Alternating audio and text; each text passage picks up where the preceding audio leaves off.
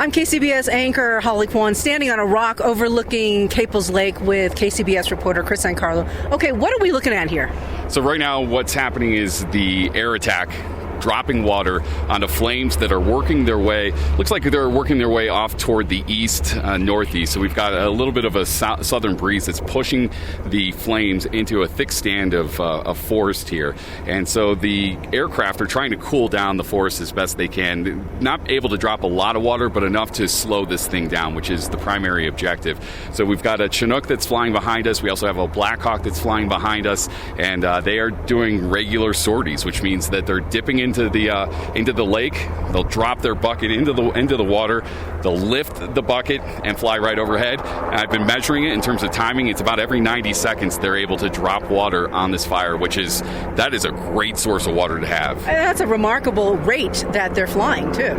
Yeah, we saw the Chinook just a few minutes ago had to sit down and land, so you probably had some sort of issue, whether they had to change pilots or just perform a little bit of light maintenance on the helicopter. But you are watching as these guys just continue to circle around. Also, in the last probably about half hour, we've seen an engine come in, and a number of fire crew are standing alongside the road that is effectively the dam for Caples Lake. And what they're doing is they're watching for any fires that'll spot over. So they're looking for any embers that are catching in the breeze. But as you can hear on the microphone, there's not a lot of breeze right here. If you get up on the ridge, a little bit, but nothing like we've seen over the course of the last 24 to 72 hours. And every once in a while we see a flare up in different parts of the forest, and I'd imagine that there are not a whole lot of hand crews or foot crews in there.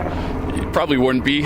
You're talking about flame lengths that are going to get beyond what is effective for a hand crew to deal with, certainly even difficult for an engine crew to deal with, which is part of the reason why the air attack is so important, because if you can cool down that fire front and just slow it, that's going to go a long way toward helping stop this thing make a run off to the east. Now, this looks like it's probably the most active of the fire so far today. From the intel that we've gathered, it was going to be, again, down here in the Kirkwood Bowl, and then also north of US 50, and then along that finger, there's a ridge that is effectively above South Lake Tahoe that the fire's been burning along that ridge towards state line, and that's difficult because nobody can really get up there. Dozers are actually, right now, they're building roads to get up there for crews to try and build containment.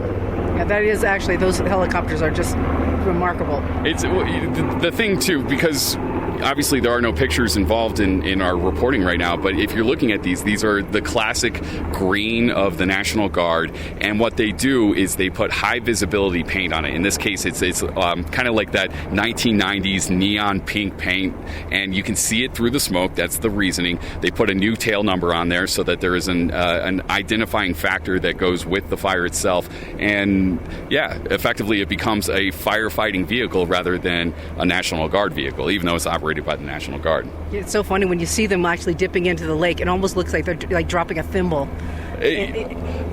What's amazing about it is you don't think that it's going to be enough water to make a difference. It doesn't. Here's the thing. Stand under it once. If you stand under it once, I promise you, your entire perception as to the amount of water that's carried in one of those things will change.